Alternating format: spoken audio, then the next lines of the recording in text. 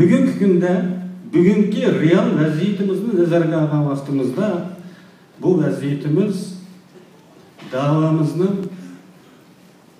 xuddi zekeş chapqan yoki utan yağgandek bir fiziki kuch qo'llanadigan tarafidan ko'ra xuddi kashta tikkandek yoki ilmi to'qigandek nafis va nozuklikka ega ekanligini ko'ryapmiz.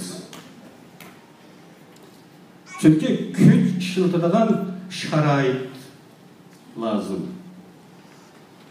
Kuch ishlatadiganға dünyanın şartları, bizning şartlarımız, nüfusumuz, düşmanning nüfusu, bizning tayyorligimiz, aslahamiz, nurg'un taraflardan aytganda men ilgari nima qilish kerak degan temada so'zlab o'tgandek, bu da'vo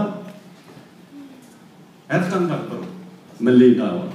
Bizning emas, har qanday bir boshqa millatning asorat qilgan har qanday millatning da'vosi üç türlük olur. Bunun biri azatlık hareketi. Yani biri diplomatiya hareketi.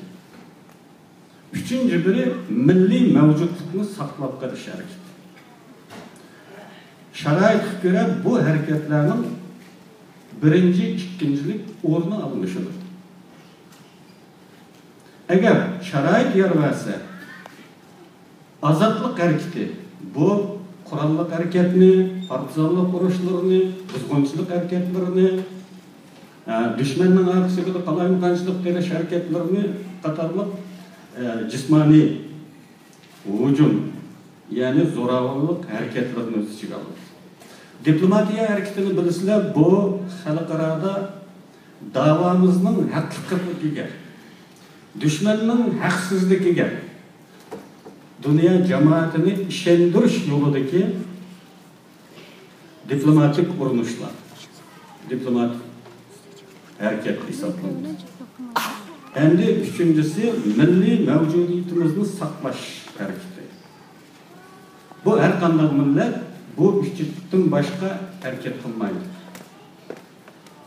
Növbetdeki vaziyetimiz dünyanın şartları, dünyadaki güç noktalarının yani çoğun devletlerinin, zomigar devletlerinin ahvali, düşmanın ahvali, katarlık real şartlarını nazar tutqanda azatlık hareketi belgelik müddetke keçiktirildi. Yani bunun biz amalsızmız.